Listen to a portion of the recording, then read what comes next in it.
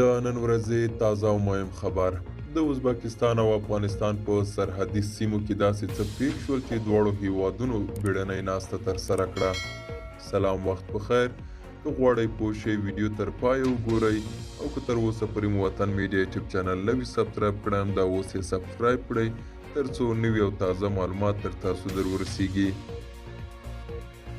د ملي دفاع وزارت وایي چې د بلخ پایرتان بندر کې د شمال زون مسؤلینو او ازبکستاني پلاوي ترمنځ هوکړه شوې چې په راتلونکي کې به د هر ډول سرحدي سرغړونو د احتمال مخنیوی کوي.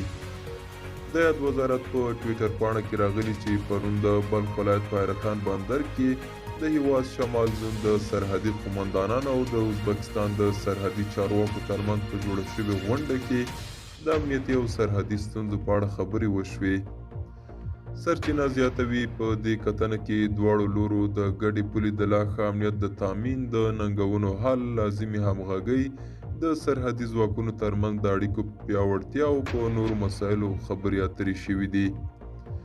سرچینه زیاتوي چې همداراز دواړو لورو موافقه وکړه چې خپلې ستونزې به د خبرو له لارې حل کوي او په راتلونکي کې به د هر ډول سرحدي سرغړونو د احتمال مخه نیسي. ملګرو، دا و زموږ نننۍ چمتو شوي ویډیو. که تاسو کوم نظر یا پوښتنه لرئ له موږ سره په کمنټ کې شریک کړئ. تر بلې ویډیو مې په لوی الله سپارم. ښه وخت او ښې چارې.